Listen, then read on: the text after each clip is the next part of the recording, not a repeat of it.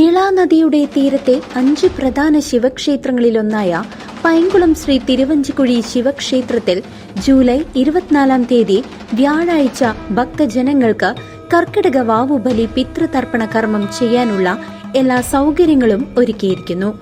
മനുഷ്യരിൽ അച്ഛനെയും മകനെയും വീടിനുള്ളിൽ തൂങ്ങി മരിച്ച നിലയിൽ കണ്ടെത്തിയ സംഭവത്തിൽ അവ്യക്തത നീക്കാൻ സ്ഥലത്ത് ഫോറൻസിക് സർജന്റെ നേരിട്ടുള്ള പരിശോധന.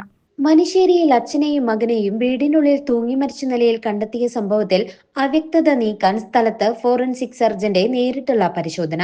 മൃതദേഹങ്ങൾ പോസ്റ്റ്മോർട്ടം ചെയ്യാൻ നേതൃത്വം നൽകിയ തൃശൂർ മെഡിക്കൽ കോളേജിലെ ഫോറൻസിക് സർജൻ ഡോക്ടർ AK ഉന്മേഷും സംഘവുമാണ് കഴിഞ്ഞ ദിവസം മനുശ്ശേരിയിലെ വീട്ടിൽ പരിശോധനയ്ക്കെത്തിയത്.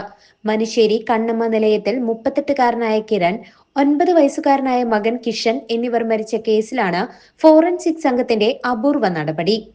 കുട്ടിയെ മാനസികമായി സ്വാധീനിച്ച് കൊലക്കയറിലേക്ക് കയറ്റി മരണം ഉറപ്പിച്ച ശേഷം അച്ഛൻ തൂങ്ങി മരിച്ചതാകാമെന്നായിരുന്നു പ്രാഥമിക നിഗമനം. സ്ഥലത്തെ സാഹചര്യം പൂർണ്ണമായി വിലയിരുത്താനാണ് സംഭവം നടന്ന മുറിയിൽ ഡോക്ടർ പരിശോധനയ്ക്കെത്തിയത്. പോലീസിന്റെ അപേക്ഷ പരിഗണിച്ചാണ് സ്ഥലം പരിശോധിച്ചതെന്ന് ഡോക്ടർ AK ഉന്മേഷ് പറഞ്ഞു.